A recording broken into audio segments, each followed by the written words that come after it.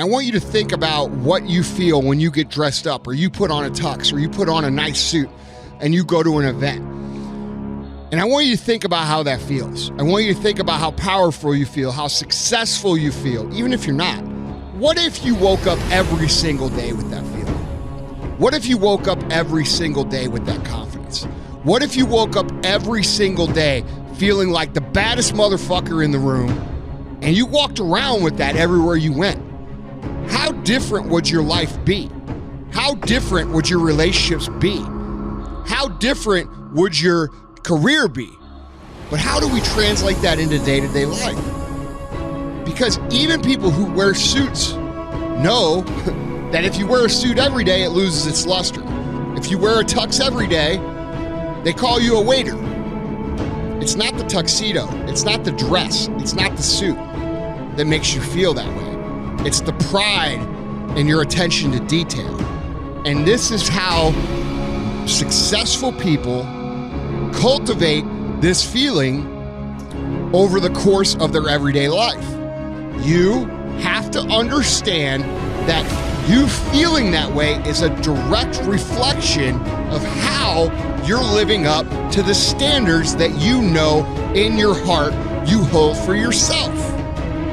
If you miss a workout, if you miss meals, if you do a half-ass job at your work, if you do a half-ass job at home, guess what? You are not going to have that crazy feeling of superpower.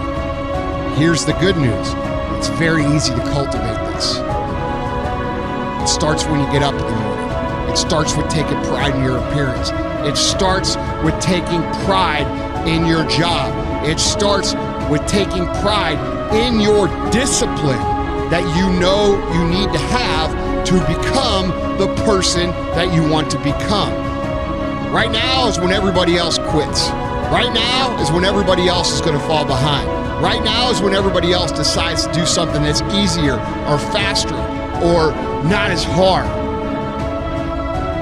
And that's what gets you ahead. That's what gets you to have pride. Because those struggles, those feelings, those things that are difficult, they are there to test you. You have to understand that struggle is a privilege. Hardship is a privilege. You have to take pride in not quitting when other people are going to quit. You have to take pride in executing your job to the very best of your ability. Negative emotion, negative frustration is compounded. If you can't figure out how to create a good situation out of a situation where you're having difficulty, you are in for a long ass kicking. Your whole life is going to be a fucking train wreck. We talk about how the competition is the greatest at the bottom of the pyramid. The reason the competition is the greatest at the bottom of the pyramid is because it's easy. As you not just enduring your struggles and enduring your frustration, but turning them into a privilege, knowing that they're teaching you a lesson, knowing that other people who aren't as gritty and tough as you are quitting while you're sitting there suffering. Suffering is a fucking privilege.